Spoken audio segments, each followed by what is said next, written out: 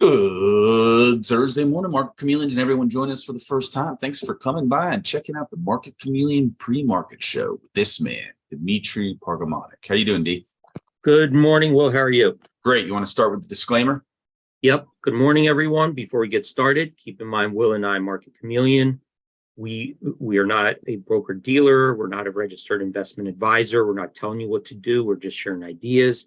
If you need professional advice, call your RIA, call your broker. That's what they're there for, to give you advice, provide you with guidance. There's the disclaimer. All righty. Let me share. What's going on in the pre-market? Yep. And if anybody out there joining us for the first time, the reason we do this show is really to answer any questions you may have about the Market Chameleon tools, data, analytics. If you want to discuss strategies or something unusual you've seen, you're also welcome to ask that question or come on the show and ask that question. The two ways to do that is, the first way, you could put that question on the live chat on YouTube. Will's watching it. He'll read them back to me. If you want to come on a show and ask your question live and direct, we provide a link to Zoom. When you click on that link, it takes you over to Zoom. Once you're inside Zoom, there's a button, raise your hand. Click on it. You don't have to turn on your video camera. It will prompt you.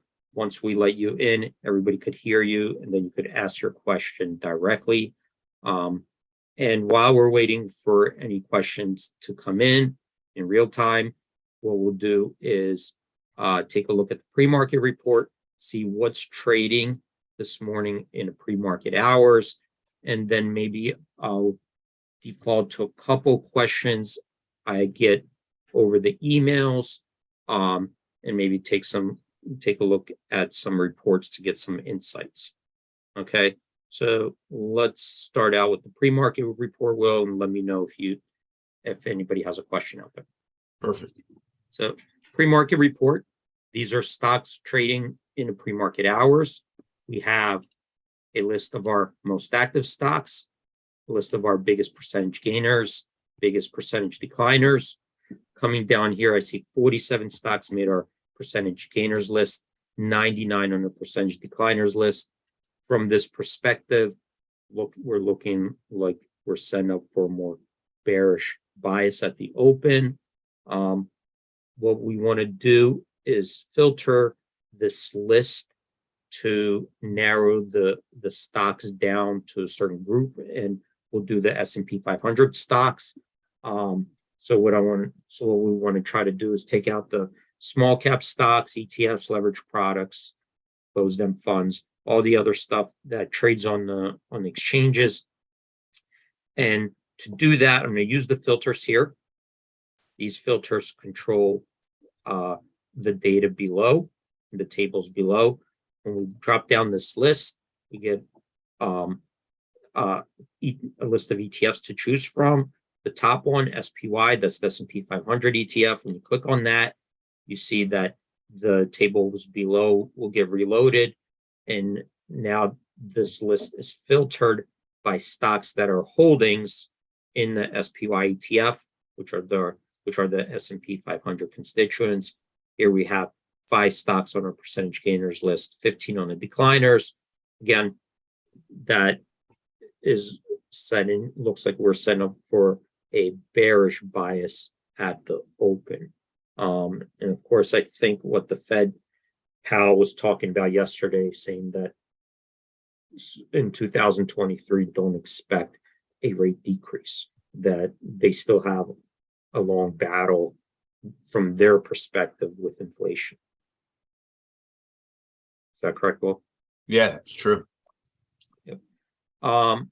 So if you don't see any questions coming in yet, what I'll do is maybe come back to a few questions, that we either got through the email or we didn't get to in the show. Nothing yet. Rob, a question popped in from Rob, actually. Okay. He says, could Dmitry talk about how to see the biggest weighted stocks in the S&P and create a watch list for them? Yep. You don't have to do that today. We could always do that tomorrow, but that is a question that popped in from Rob. Yeah, no, that's a good question. I'm going to use SPY.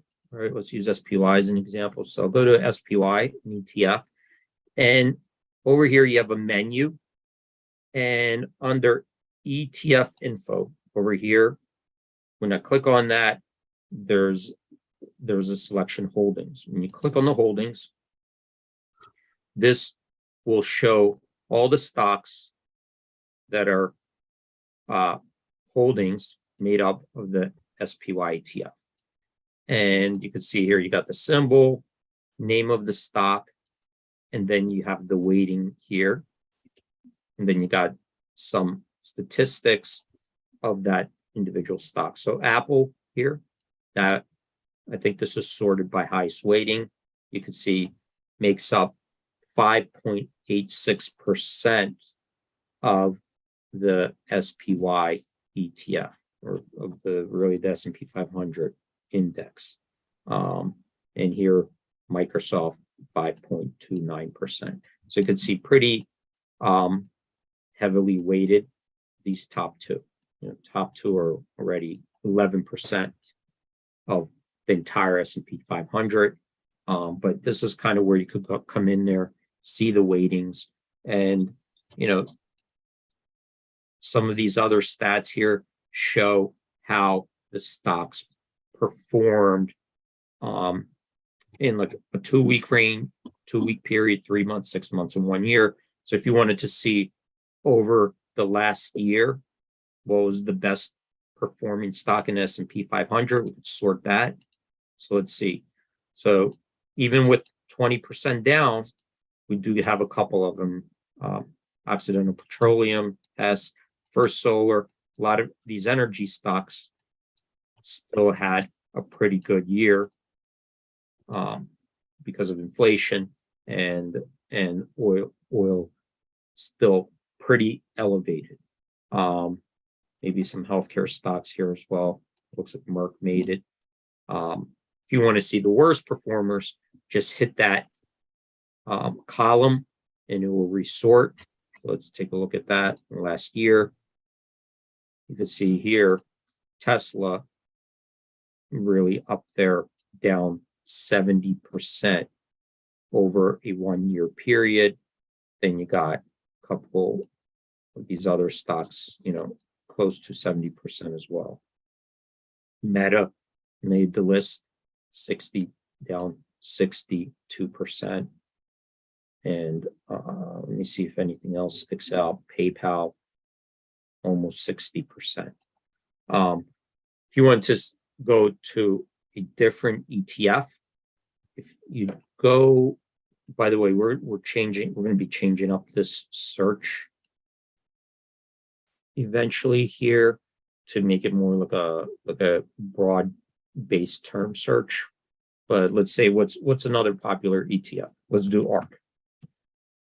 Right, this is a pretty popular one. If you click here, it'll stay on this page, the holdings page, and now we have ARK here. And we could see here that Zoom is 9.38% of the weighting in that ARK ETF. And this ARK ETF, I think, whatever their methodology is, the holdings and the amount of stock in that ETF change much more frequently, right? Because they don't do just a cap weighted. I think they're doing something else in there based on like research and forecast and so forth, and what they think when the stock hits a good price point or a high price point. But just looking at their top holdings, Zoom, Exact Sciences, Tesla, always, she always likes Tesla, Square, another big one, Roku, and so forth. If we wanted to see year over year, or let's say 3 months, in the last 3 months, the worst ones you could see here, Tesla's made that list, Coinbase made that list. Let's see the best performers. So she had a couple in there. This one up 35%. 27%. It's interesting because there was an article in the Journal today about Kathy Woods, and that a couple well, one in particular, Dan, I think it's Dan Loeb, was taking shots at her because you know, she refers to different types of accounting as obsolete when looking at these companies, you know, which, you know, is you know, in a rising interest rate environment where you can put your money into, you know, assets that are returning much greater returns. These tech stocks don't look so good, right? And right. you know, the fact that she's talking the same book, you know, this hedge fund manager just be very wary of this, was what the commentary was basically. Right. Well, yeah, and in general, the tech stocks, especially with no free cash flow, it'll be very difficult in a high interest rate environment like we are today, or a restrictive interest rate environment, because they depend on financing their growth, financing their future, and their research and development. They have no free cash flow to tap into, and it becomes much harder to finance that growth, and that's going to be a problem for the company, and also your earnings, right, are all forecasted to be sometime in the future. So whatever your forecast of those earnings, if you discount them to the present, and you use that model to put a valuation on your stock, then as interest rates go up, you know, the present value of those future earnings are declining, right? So the present value are declining, so you're getting lower valuations, and this is part of why the tech sector is actually, well, let's take a look. Let me see if I can find how the text. I think it's in here. So here's the technology sector. So you could see here, this is on a 1-year basis. This is S&P 500 down 20%.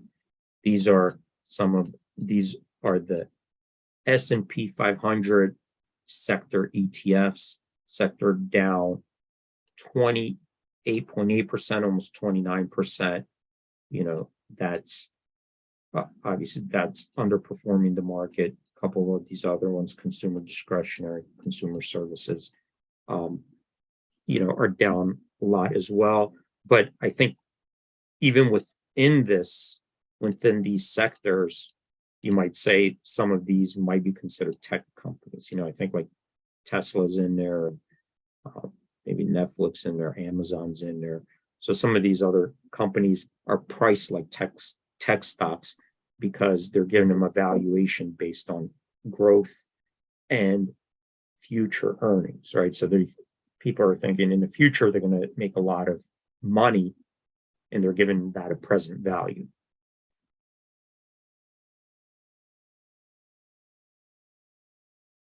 So if any other questions? No other questions. Super helpful. Right. Let me come to a question. I'll go back to SPY. Let me go to trade ideas. There's a question I think that came up, looking at trade ideas or strategies in options. I think the question was something like, if I'm looking at a market price of a strategy, so let's take this middle one. This is a straddle in SPY, right? So here's SPY. This is a long straddle, and you could see here, this would be this came out yesterday. So this is based on yesterday's prices. We're not open yet today. And this came out as an opportunity based on a theoretical value. And we see that the market price of the straddle, $3.28. Okay, so there's the 384 straddle expiring today, market price $3.28. There's a theoretical value of $4.51. Gave it this edge, and win rate. So I'm going to just talk about this kind of quickly, because the question was, well, if what I do if the market price is 328? Does that mean I put it out at 451?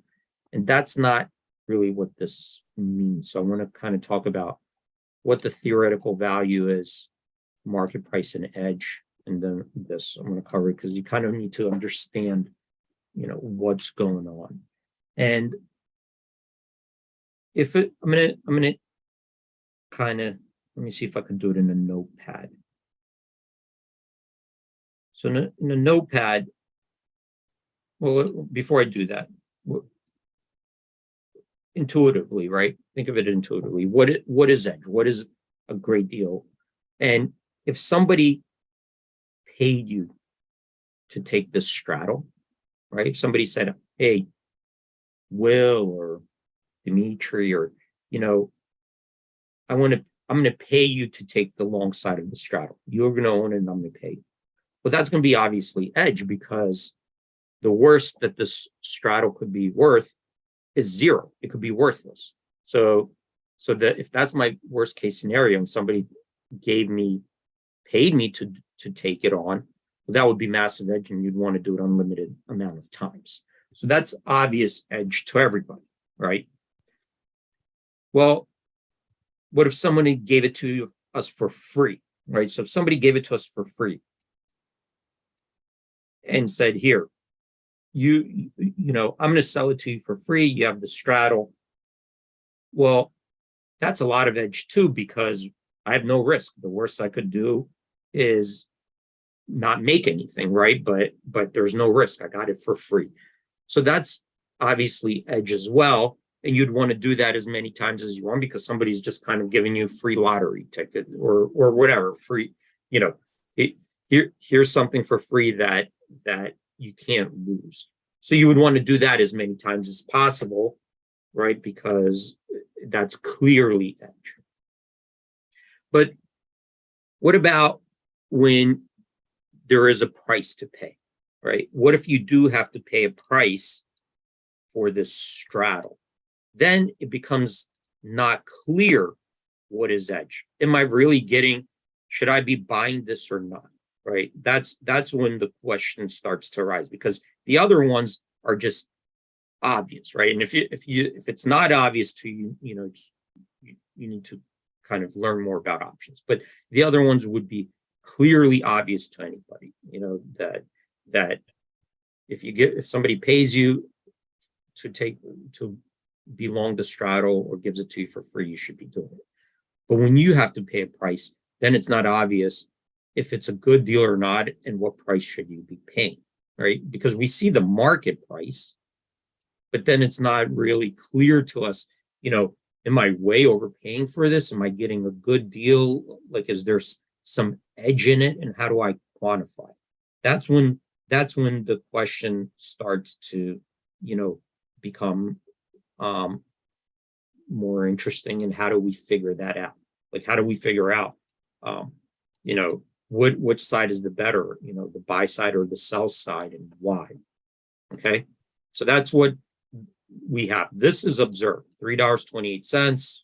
I don't know if that's where close. Let me see if this was generated during the close. So when you click on it, it's going to set up this straddle, buying the put and buying the call on 384 strike. All right. So here we go, buying the Jan 384 call, $1.57. Here it is. And buying the Jan 384 put, $1.71. So if I click on that, this is what it looks like, right? It needs to move by more than $3.28 for this to be profitable. So obviously I have risk. If I'm buying it for $3.28, I could lose $3.28 on this strategy, right? Because both of these options could expire worthless today, and that's it. I'm out of $3.28. That's my risk. But should I be, but if I'm curious about it, and I think that there's a good chance there's going to be volatility. We know the Fed spoke yet Powell said something, that it's been moving around maybe in the $3-4 range.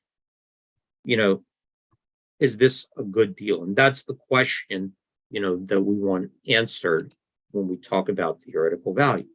So now a theoretical value is something then you have to come up with, what do I think it's worth? What do I think that this straddle is worth? If I could estimate what it's worth, then I could make a better decision if this market price is a good price or not a good price.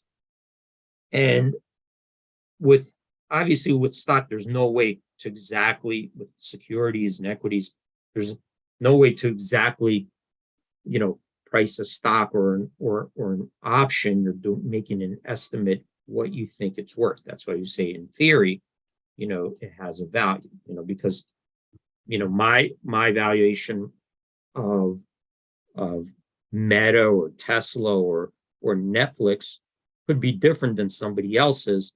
But if I have a reasonable valuation, and a reasonable, reason to believe that this is close or correct, then I could come up with a theoretical edge, if there's edge. So in this case, in this long case straddle, what we do is say, okay, well, we know that there's going to be 1 day to go in SPY, right?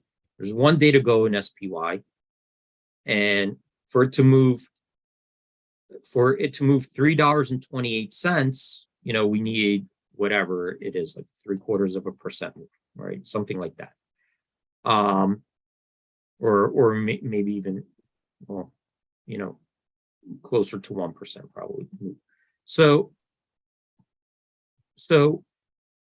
how often does that happen? Is that likely in SPY? Because if this was $1 million market price, we would know right off the bat that's ridiculous, right? That's not going to, SPY is not going to move $1 million in 1 day. And if this was $500, we know that would be ridiculous too, because everybody just knows SPY does not move that way. But the $3.28 is not very clear, and what we want to do to create a theoretical value is say, okay, well, based historically on 1 day moves in SPY, right? If we took the average move up or down, because remember, this is up or down. If we took the average move up or down by the end of the day, 1 day, and we converted it to a percentage, right? So let's say the average is, 1%, right? Then we could say, okay, if it's 1% in the long term, then in theory, if 1% of whatever, maybe it's 1.2, is $4.51. So now we kind of have a benchmark there based in theory that the stock return distribution from history will be close to what its future volatility or future distribution of returns will be close to what we've seen in history, right? That's why we take the average. Now it can move, right? It can start becoming more volatile or less volatile, and if you have reason to believe that, you should adjust your model, but in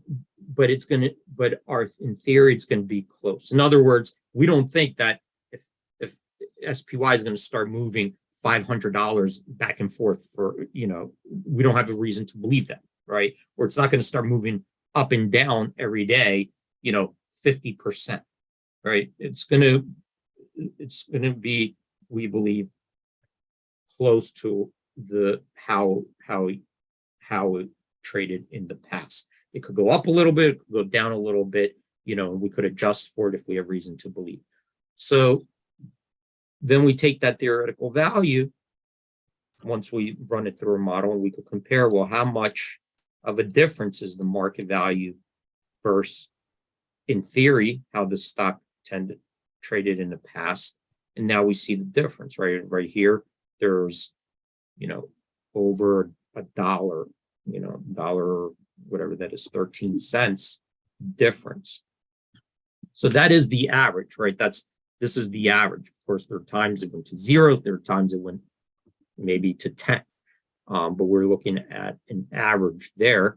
And this way, now we kind of have a benchmark for ourselves to see, well, is it trading over under the average, and by how much? Okay. And then in theory, do we have an edge, based on that model? All right. So that doesn't mean that if you buy it for 328, you must sell it for 451. That's not what it means. That means at this moment in time, without the stock moving anywhere, without any other knowledge, this is what we think that. Now, of course, as the stock moves, it has a delta, right? This strategy has a delta.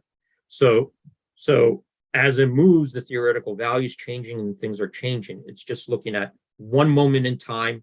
If at this moment, if I had to make a decision and I ran it through a theoretical model, what does it look like?